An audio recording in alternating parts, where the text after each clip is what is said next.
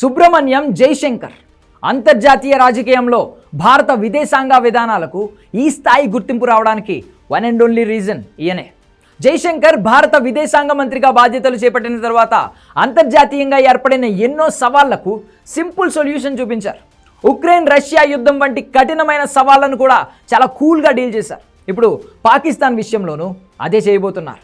ఆ మాటకొస్తే చాలా ఏళ్లుగా అంతర్జాతీయ సమాజం ముందు పాకిస్తాన్ ఉగ్ర కుట్రలను బయటపెట్టడంలో జైశంకర్ విజయం సాధిస్తూనే ఉన్నారు. కాకపోతే ఇప్పుడు చేపట్టిన మిషన్లో మాత్రం జైశంకర్ చేయాల్సింది చాలా ఉంది. ఎందుకంటే ఇది సాధారణ మిషన్ కాదు, వరల్డ్ మ్యాప్ నుండి పాకిస్తాన్ను మాయం చేసే మాస్టర్ స్ట్రాటజీ. అన్నిటికీ మించి జైశంకర్ మాత్రమే చేయగలిగిన ఆపరేషన్. ఈ ఆపరేషన్నే ఎక్స్పర్ట్స్ ఫినాన్షియల్ స్ట్రైక్స్గా పిలుస్తున్నారు. ఆ వివరాలేంటో టాప్ స్టోరీలో చూద్దాం.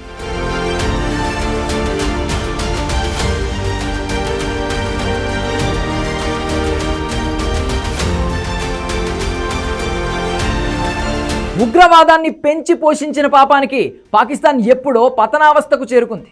కేవలం అంతర్జాతీయ సమాజం చేస్తున్న అరకొర సాయంతోనే కాలం వెల్లదీస్తోంది. అయినప్పటికీ అణ్వాయుధాలు ఉన్నాయన్న ఏకైక బూచిని చూపెట్టి భారత్తో యుద్ధానికి సిద్ధమంటూ బుసలు కొడుతోంది. అదే అంతర్జాతీయ సమాజం నుండి పాకిస్తాన్కు అందే నిధులను ఆపేస్తే భారత్ ఇప్పుడు అదే చేయబోతోంది.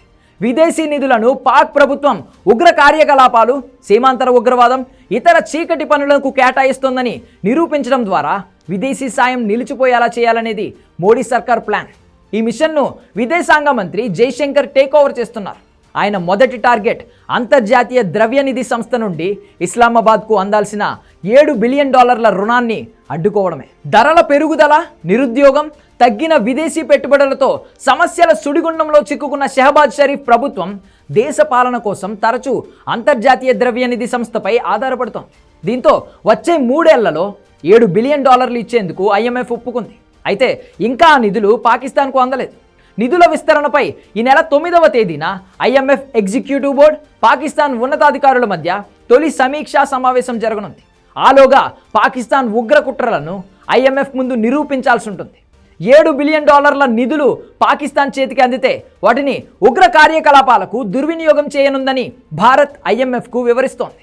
ఈ వ్యవహారంలో భారత్ వాదన నెగ్గితే పాకిస్తాన్కు ఈ నిధులు ఆగిపోవడమో లేక తగ్గిపోవడమో జరగవచ్చు. ఇది తొలి టార్గెట్. తరువాత మరో 2 లక్ష్యాలు కూడా ఉన్నాయి. IMFతో పాటు పాకిస్తాన్కు నిధులిచ్చే ఏషియా అభివృద్ధి బ్యాంక్, ప్రపంచ బ్యాంక్ నిధులను కూడా ఆపాలి. జాపనుల రుణాలు, సాంకేతిక సహకారానికి సంబంధించి 764 పనులకు గాను ఏకంగా $43.7 బిలియన్ నిధులను పాకిస్తాన్కు ఇచ్చేందుకు ఏషియా అభివృద్ధి బ్యాంక్ నిర్ణయించింది. ఇప్పటికే $9.13 బిలియన్ రుణం ఇచ్చింది. 4 నెలల క్రితం ప్రపంచ బ్యాంక్ సైతం పాక్కు $20 బిలియన్ రుణం ఇచ్చేందుకు అంగీకరించింది. వరల్డ్ బ్యాంక్ అప్పుగా ఇచ్చే $20 బిలియన్ పాకిస్తాన్లోని ఖైబర్ పఖ్తూన్ఖ్వా ప్రావిన్స్లోని మహిళలు, బాలికల విద్య, వైద్యం కోసం ఖర్చు చేయడానికి అప్రూవ్ అయింది. వరల్డ్ బ్యాంక్ ఇచ్చే అప్పు కేవలం ఖైబర్ పఖ్తూన్ఖ్వాలో మహిళలు, బాలికల కోసం మాత్రమే ఖర్చు చేయాల్సి ఉంటుంది. ఇతర అవసరాల కోసం నిధులు దారి మళ్లించే వీలు లేకుండా స్పెషల్ పర్పస్ వెహికల్ని ఏర్పాటు చేస్తారు. కాబట్టి ఆ నిధులను సొంత అవసరాలకు వాడుకోవడానికి అవకాశం ఉండదు. ఒకవేళ సొంత అవసరాలకి మళ్లిస్తే అప్పుడే సీన్లోకి ఫైనాన్షియల్ యాక్షన్ టాస్క్ ఫోర్స్ వస్తోంది. జైశంకర్ అసలు టార్గెట్ కూడా అదే. పాకిస్తాన్పై మోడీ సర్కార్ సంధిస్తున్న ఫైనాన్షియల్ స్ట్రైక్ FATF లక్ష్యంగానే జరగబోతోంది. ఫైనాన్షియల్ టాస్క్ ఫోర్స్ గ్రే లిస్టులో చేర్చిన దేశాలకు అంతర్జాతీయ సహాయం, నిధుల మంజూరు, విదేశాల మద్దతు, విదేశీ పెట్టుబడులు రావడం చాలా కష్టమవుతోంది. విదేశీ నిధులను పూర్తిగా దేశాభివృద్ధి కోసం కేటాయించకుండా అందులో కొంత మొత్తాలను ఉగ్రవాద కార్యకలాపాలకు వెచ్చించినట్లు పాకిస్తాన్పై ఆరోపణలు వచ్చాయి. ఇవి నిజమని తేలడంతో పాక్ను 2018 జూన్లో FATF తన గ్రే లిస్టులో పెట్టింది. అప్పుడు కూడా మోడీ ప్రభుత్వమే పాక్ ఉగ్ర కుట్రలను బయటపెట్టింది. దీంతో విదేశీ సాయం అందక పాక్ తీవ్ర ఆర్థిక ఒడిదుడుకులను ఎదుర్కొంది. ఈ దెబ్బతో బుద్ధి తెచ్చుకున్న పాకిస్తాన్ తన ఉగ్రవాద కార్యకలాపాలకు నిధుల్లో కోత పెట్టింది. పలువురు ఉగ్రవాదులను అరెస్ట్ చేయించింది. దీంతో ఎట్టకేలకు 2022 అక్టోబర్లో గ్రే జాబితా నుండి పాకిస్తాన్కు విముక్తి లభించింది. ఇప్పుడు కూడా ఇలాగే పాకిస్తాన్ను గ్రే లిస్టులోకి చేర్చేలా FATFపై భారత్ ఒత్తిడిని పెడుతోంది. FATFలో 40 సభ్య దేశాలున్నాయి. వీటిలో భారత్ తన అత్యంత స్నేహశీల దేశాల ద్వారా ఈ పని ముగించాలని చూస్తోంది.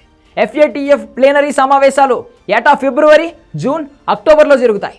ఈ జూన్ సెషన్లో మద్దతు కూడగట్టేందుకు మిత్ర దేశాలతో భారత్ ఇప్పటికే సంప్రదింపులు షురూ చేసింది. విదేశాంగ మంత్రిగా ఈ బాధ్యతలను జైశంకరే నిర్వర్తిస్తున్నారు. సో ఫైనాన్షియల్ స్ట్రైక్ ద్వారా యుద్ధం మొదలు పెట్టకుండానే పాకిస్తాన్ కథ ముగించబోతున్నారన్నమాట.